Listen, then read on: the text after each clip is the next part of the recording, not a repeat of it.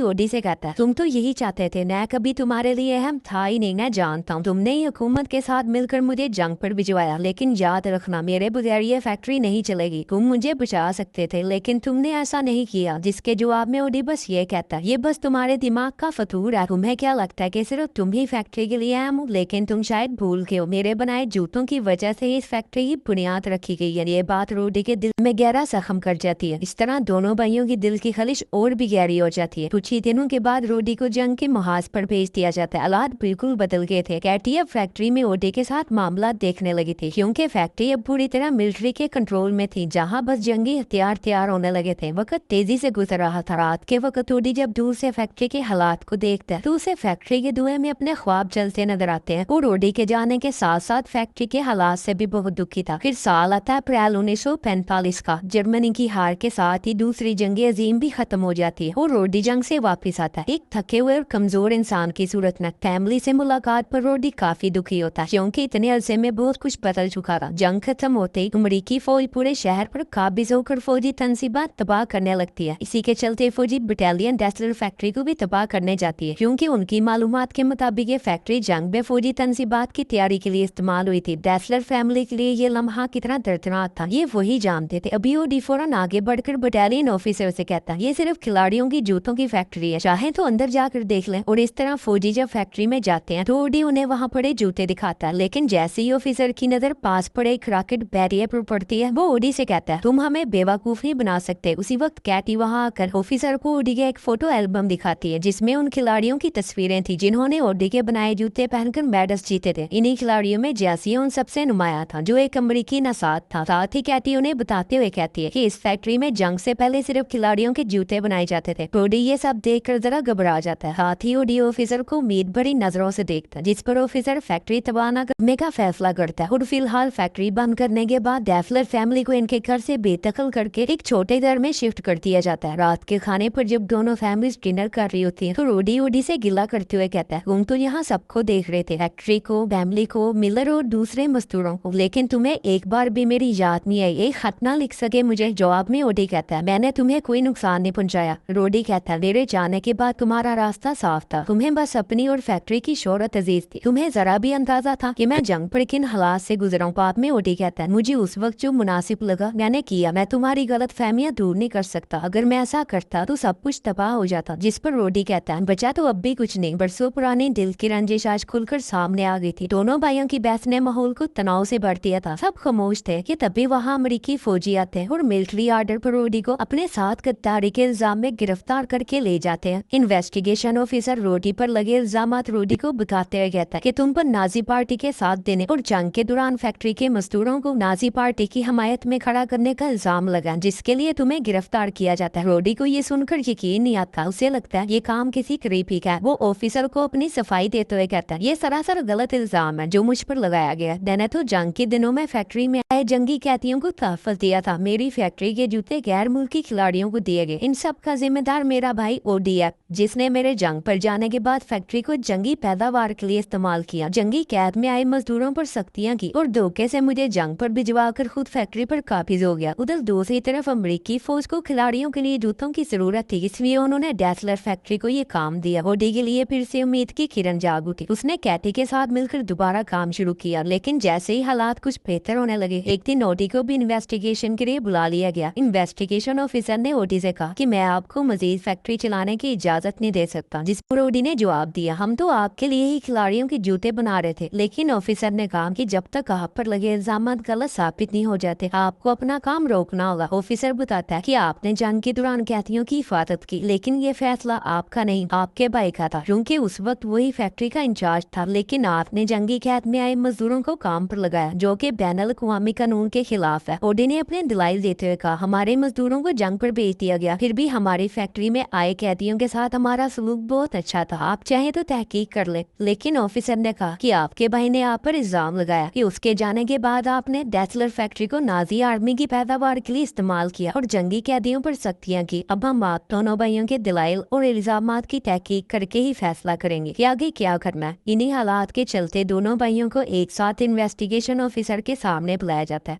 जिस पर ऑफिसर कहता है कि आप दोनों के एक दूसरे पर लगे इल्जामात को साबित नहीं किया जा सका, इसलिए अब डेसलर फैक्ट्री के खिलाफ कोई कार्रवाई नहीं की जाएगी। इन्वेस्टिगेशन के बाद वापसी पर दोनों भाइयों की खामोशी में छुपा तूफान साफ महसूस किया जा सकता था। एक ऐसा तूफान जो बहुत जल्द सब कुछ बदलने वाला था। घर आते ही रोडी ने ओडी से कहा कि तुमने आखिर वही कर लिया जो तुम चाहते थे, लेकिन अब फैसले का वक्त है। इस पर ओडी ने जवाब दिया मुझे यकीन नहीं था कि तुम मुझ पर नाजियों की हमायत का इल्जाम लगाकर यूं मेरी शोहरत को खराब करोगे। अभी फ्रेडा ने कहा बस अब फैसला हो गया, हमारी फैमिली मजीद तुम्हारे साए में दबी नहीं रहेगी। जिस पर कैटी ने कहा ओडी ने सारे फैसले वक्त को देखते हुए किए, उसने सारी रात जाकर इस फैक्ट्री को बचाया। यूं बरसों से दिल में छुपाई बातें जब जुबान पर आई तो खानदान की बुनियाद हिल गई और डेसलर बरागरान ने फैसला किया कि अब वो एक साथ नहीं रहेंगे। कैटी ने बस जाते हुए रोडी से इतना कहा कि रोडी ने बड़े भाई होने का हक बिल्कुल अदा नहीं किया। फिर एक और बड़े फैसले का दिन आया जब दोनों भाइयों ने डेसलर फैक्ट्री के मजदूरों को इकट्ठा करके अपना फैसला आजमाया। ओडी ने सब मजदूरों के सामने ऐलान करते हुए कहा इससे डेसलर बरादरान की राहें जुदा हुई, अब से हम एक दूसरे के साथ काम नहीं करेंगे। तब मजदूरों में चहमगोइयां शुरू होगी। इन्हें ऐसे किसी फैसले की उम्मीद नहीं थी, वो फैसला नहीं कर पा रहे थे कि किसकी तरफ जाएं। जल्दी ये खबर पूरे शहर में फैल गई, अखबार की सुर्खियों में यही बात छपने लगी। भाइयों में बगावत एक शानदार तख्लीक करने वाली फैक्ट्री किस तरह खानदानी जंग का मैदान बन गई। फैक्ट्री के एक ताही लोग रोडी की तरफ चले गए, लेकिन इनमें ज्यादातर लोग सेल्समैन थे, ना के माहिर हुनरमंद। लेकिन रोडी ने इस कमी को अपनी सेल्स की सलाहियत से जल्द पूरा कर लिया। उधर रोडी जब अपने ऑफिस में बैठा था तो मिलर उसे आकर बताता है कि हमारे जूते तो खिलाड़ियों को काफी पसंद आ रहे हैं, लेकिन असल मसला सेल्स चैलेंज का है जो कि हमारे पास बहुत कम है। रोडी के लिए ये मसला वाकई बड़ा था क्योंकि उसे सेल्स का कोई तजुर्बा नहीं था। इतने में कैटी वहाँ आती है और रोडी से कहती है आज से सेल्स का काम मैं संभालना चाहती हूँ, मुझे इस काम का एक्सपीरियंस है। जिस पर रोडी कहता है ठीक है, मुझे तुम पर यकीन है, आज से तुम सेल्स को देखोगी। 1948 में रोडी ने अपनी कंपनी का नाम एडिडास रखा, जो कि उसके निकनेम एडी और उसके फैमिली नेम डास को मिलाकर बनाया गया था। उधर रोडी ने अपनी कंपनी का नाम पूमा रखा, जो कि रोडी के बचपन के निकनेम से इंस्पायर था। रोडी ने पूमा का लोगो एक शेरनुमा पंजों वाले जानवर के निशान के तौर पर रखा, जिसके मतलब रफ्तार, ताकत और मुकाबला था। ग्राउंड में ओडी जब मिलर के साथ खिलाड़ियों को अपने जूते पहने दौड़ते देख रहा था तो तब भी मिलर ने ओडी से कहा कि हमें अपने लोगों को यूनिक बनाना होगा ताकि वो अपनी मजबूती के साथ साथ दिखने में भी अलग लगे। ओडी सोच में पड़ जाता है कि ये वाकई जरूरी है और फौरन एक ख्याल उसके ज़हन में आता है। वो सफेद पेंट से जूतों पर एक 3 फिंगर्स का निशान बनाता है, जिससे एडिडास के साथ एक लोगो बन जाता है। ओडी फैक्ट्री में जब जूतों की टेक्निक पर काम कर रहा होता है तो मिलर पूमा के जूते के साथ वहाँ आता है और ओडी को बताता है कि पूमा ने हमारा डिजाइन चुराया। जिसके जवाब में ओडी पुरस्कून लहजे में कहता है मैं अपने जूतों के पीछे सेवन लगा रहा हूँ जो कि जूतों की मजबूती को और भी बढ़ा देगा, इसीलिए परेशान होने की जरूरत नहीं। इतने में वहाँ कैटी आती है और ओडी को एक लेटर देते हुए बताती है कि बहुत जल्द जर्मन नेशनल स्पोर्ट्स कोच हेल्बर नेशनल टीम के जूतों के लिए यहाँ आना चाहते हैं, जिस पर ओडी खुशी से कहता है हम ये मौका हाथ से जाने नहीं देंगे। दूसरी तरफ टाउन में बढ़ती एडिडास और पूमा की शोहरत ने लोगों को भी दो हिस्सों में बांट दिया था। जब भी लोग एडिडास और पूमा की बात को लेकर आमने सामने आते तो लड़ाई का माहौल बन जाता। उधर एक दिन मिलर ओडी को बताता है कि रोडी ने नेशनल टीम के कोच हेल्बर्ग से मीटिंग फिक्स कर ली है और अगर ये कॉन्ट्रैक्ट रोडी को मिल गया तो वो स्पोर्ट्स की दुनिया में अपने पंजे पूरी तरह गाड़ लेगा। ओडी जवाब में कहता है मैं ऐसा होने नहीं दूंगा और तेजी से फैक्ट्री से निकलता है। जल्द ही रोडी की मुलाकात नेशनल टीम के कोच हेल्बर्ग से होती है। बातचीत के दौरान रोडी हेल्बर्ग से कहता है कि उसकी कंपनी पूमा मार्केट में होल्ड करती है। रेस पैदावार ने उसके बनाए जूतों को बहुत जल्द खिलाड़ियों में मकबूल बना दिया, इसीलिए उम्मीद है कि कौमी टीम को भी हमारे जूते काफी पसंद आएंगे। कोच कहता है मैं देख रहा हूँ तुम्हारा रवैया एतमाद से भरपूर है, लेकिन ये कौमी टीम के लिए काफी नहीं। वो चाहता था कि पूमा जूतों के साथ साथ टीम कैटेगरी के हिसाब से खिलाड़ियों के कपड़े भी तैयार करें। इसके अलावा टीम के लिए माली मदद भी दी जाएगी ताकि टीम को कोई मुश्किल पेश न आए और एक माहिर आलात के अमले को भी टीम के लिए हायर किया जाए जो खिलाड़ियों के जूतों के साथ साथ मैच में होने वाली बाकी मालूमात की देखभाल कर सके और इन सब के लिए 1000 मार्क हर माह देने के लिए तैयार है। लेकिन रोडी जवाब में तकब्बर से कहता है कि कंडीशंस मेरे बिजनेस को सपोर्ट नहीं करती। हमारे बिजनेस का मकसद तेज पैदावार है ताकि मार्केट में होल्ड कर सके। हम लिमिटेड कंडीशन पर काम नहीं करते, इससे माली नुकसान का खतरा बढ़ता है। हेल्बर्ग को ये बात पसंद नहीं आती और वो कहता है बिजनेस से ज्यादा अहम कौमी टीम की परफॉर्मेंस है और इसलिए शायद मुझे एडिडास के पास जाना चाहिए। जल्दी हेल्बर्ग ओडी और मिलर से मुलाकात करता है और जो कंडीशंस रोडी को बताई थी वही ओडी को बताता है। साथ ही वो ओडी से कहता है मैं जानता हूँ तुम खिलाड़ियों के जूतों के लिए कितने मेहनती और काबिल हो, उम्मीद है तुम हमें मायूस नहीं करोगे। ओडी सारे कंडीशंस के साथ ये कॉन्ट्रैक्ट हासिल कर लिया था क्योंकि वो जानता था इससे बेहतर मौका कोई नहीं होगा जहाँ वो अपने ख्वाब को पूरा कर सके। दूसरी तरफ ये खबर पूरे टाउन में जंगल की आग की तरह फैल जाती है कि एडिडास कंपनी के जूते अब नेशनल टीम को दिए जाएंगे, जिससे रोडी को जल्दी एहसास हो जाता है कि उसने अपनी जिद की वजह से कितना बड़ा मौका जाया करती है। फिर दिन आता 1954 फुटबॉल वर्ल्ड कप फाइनल का, जहां हम स्विट्जरलैंड के बर्न स्टेडियम को देखते हैं और इसी स्टेडियम में आज वेस्ट जर्मनी का फाइनल मुकाबला हंगरी की मजबूत टीम से था जो पिछले 4 साल से नाकाबिले शिकस्त रही थी। इसी ग्राउंड में हम ओडी और हेल्बर्ग को एक साथ देखते हैं जहाँ ओडी जमीन का जायजा ले रहा होता है। तभी हेल्बर्ग कहता है कि शायद बारिश होने वाली है। एलए हंगरी की टीम 2-0 से आगे है और अब ये मौसम, लेकिन ओडी तो यही चाहता था कि बारिश हो ताकि जमीन गीली हो जाए और वो अपना सीक्रेट मूव इस्तेमाल कर सके। मैच के पहले हाफ के बाद जब हेल्बर्ग सब खिलाड़ियों को गेम की स्ट्रेटजी बता रहा होता है तो ओडी खुशी से रूम में आकर कहता है बारिश शुरू हो गई, जिस पर हेल्बर्ग हैरान होता है। वो खिलाड़ियों से कहता है अब वक्त आ गया कि सब खिलाड़ी अपने जूतों के क्रू स्ट्रूट्स बदल कर मैदान में जाए। दरअसल यही ओडी के बनाए हुए जूतों का अहम राज था कि जमीन की कंडीशन के लिहाज से जूतों के नीचे लगे स्क्रू स्ट्रूट को बदला जा सके, यानी बारिश के मौसम में स्ट्रूट्स को लंबा कर दिया जाता ताकि जमीन पे इनकी क्रिस्ट मजबूत हो जाए। ग्राउंड में रोडी मौजूद था। हंगरी की टीम फिसलन की वजह से ठीक से खेल नहीं पा रही थी, जबकि दूसरी तरफ जर्मन खिलाड़ियों की जमीन पर ग्रिस्ट मजबूत हो गई थी, जिससे देखते ही देखते पूरे खेल का पांसा पलट जाता। जर्मन टीम मुसलसल 3 गोल करके ये मुकाबला 3-2 से जीत जाती है। ओडी के लिए ये लम्हात बेहद खास थे, ये सिर्फ वही समझ सकता था और साथ ही ओडी ने आज पूरी दुनिया के सामने अपने ख्वाब को पूरा कर दिखाया, जिस पर हेल्बर्ग में सभी स्टाफ मेंबरान खुशी से झूम उठे। किसी को भी जर्मनी की जीत की उम्मीद नहीं थी, लेकिन ओडी के जूतों ने ये जीत मुमकिन बना दी थी। लोग टीवी पर मैच देख रहे थे। जर्मनी की जीत के साथ उनके दिल भी खुशी से झूम उठे। रोडी ने भी ये जीत अपनी आंखों से देखी। पूरी टीम के लिए ये लम्हात किसी मौजे से कम नहीं थे। वो खुशी से झूम उठे। स्टेडियम के शायकीन भी खुशी से झूम रहे थे, लेकिन ये खुशी भी डेफलर ब्रदर्स की दूरी को कम न कर सकी। मैच के बाद ओडी अपने दिल की अधूरी खुशी के साथ रूम में आता है और वो अधूरी खुशी थी रोडी से नाराजगी और दूरी की। अचानक ओडी की नजर एक नोट पर पड़ती है। ओडी जैसे ही नोट को पलट कर देखता है, उस पर एक खामोश पैगाम रोडी की तरफ से इन अल्फाज में लिखा होता है, शाबाश मेरे छोटे भाई। और इसी के साथ ओडी की अधूरी खुशी किसी हद तक पूरी हो जाती है। मुस्तकबिल में पूमा और एडिडास दुनिया के ताकतवर स्पोर्ट्स ब्रांड्स में शामिल हुए और इसी के साथ इस फिल्म का एंड होता है।